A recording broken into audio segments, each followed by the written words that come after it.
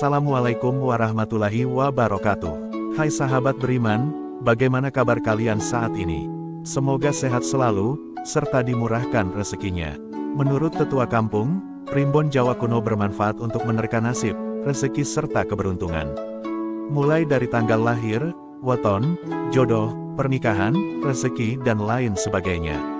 Sebelum lanjut menonton video ini, sahabat sekalian, mohon untuk membantu kanal ini dengan cara menekan tombol subscribe. Terima kasih. Semoga Allah membalas kebaikan sahabat sekalian. Berikut 7 tanda rumah yang kita tempati memudahkan rezeki kita.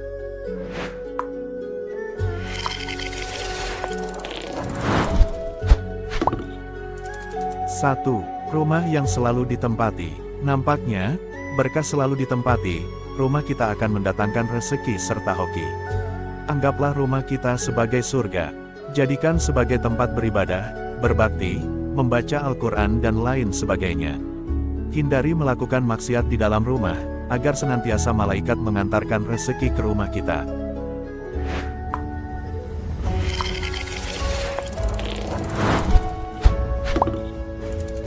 2. Membangun rumah penuh perhitungan.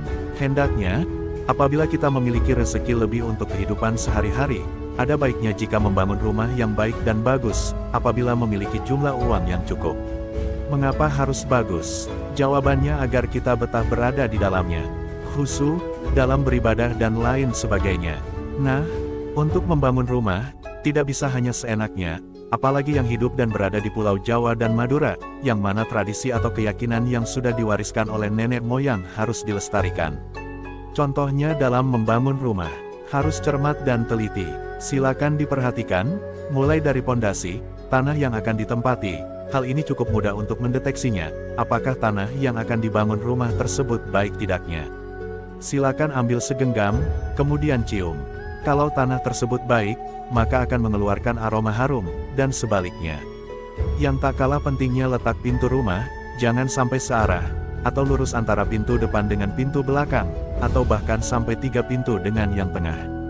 Oleh leluhur kita dipercayai, hal ini bertentangan dengan hukum alam. Penghuninya tidak akan tenang apabila berada di dalamnya, hal ini dibuktikan dengan letak pintu tersebut. Diyakini, apabila pintu tidak lurus, akan menjadi penyangga dalam banyak hal, mulai dari penyakit dan sebagainya. Dan hal ini terbukti di tengah-tengah masyarakat Pulau Jawa dan Madura. Entahlah di pulau lain, apabila terpaksa untuk menyambung reng, hindari berada di atas, tepat di tengah-tengah pintu. Untuk lebih hati-hatinya, hindari menyambung kayu reng di atas pintu. Hal ini dilakukan semata-mata agar rumah impian kita menjadi rumah yang berkah, selalu mendatangkan keberuntungan.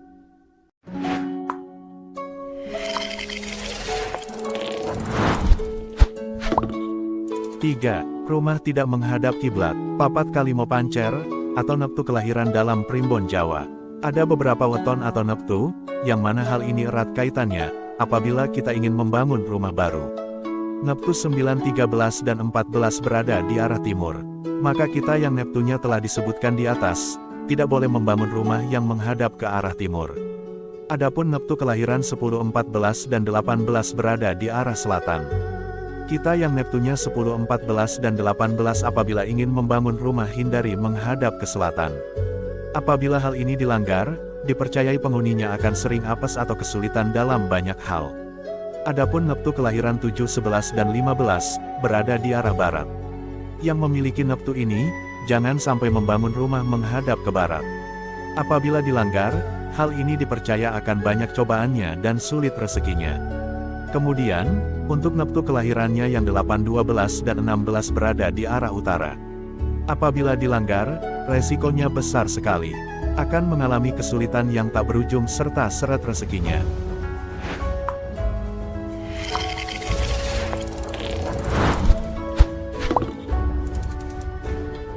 4. Membuat pusaran di tengah-tengah rumah. Apabila akan membangun rumah baru, hendaknya diperhitungkan secara matang.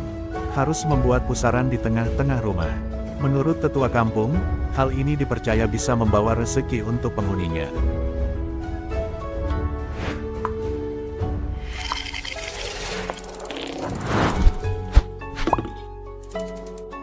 5. Rumah yang sudah waktunya dibangun.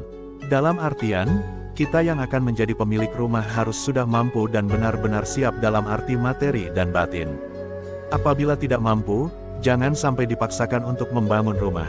Hal ini akan menyengsarakan kita sendiri, bahkan akan membuat kita jatuh miskin lantaran banyak hutang.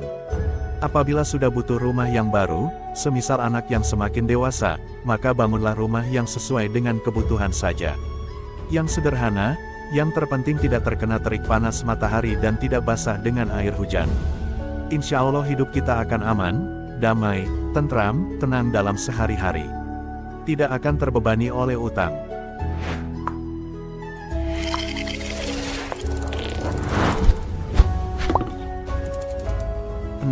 Rumah dibuatkan ruwat atau selamatan. Apabila rumah impian kita sudah jadi, sudah dicat, dan lain sebagainya, maka sudah sepantasnya kita bersyukur, karena nikmat Allah harus disyukuri. Agar rumah kita menjadi berkah, serta aman dari gangguan jin. Biasanya, pemilik rumah akan menyembelih ayam kampung, serta mengundang tetangga sekitaran rumah untuk membaca Al-Quran, wirid dan lain sebagainya.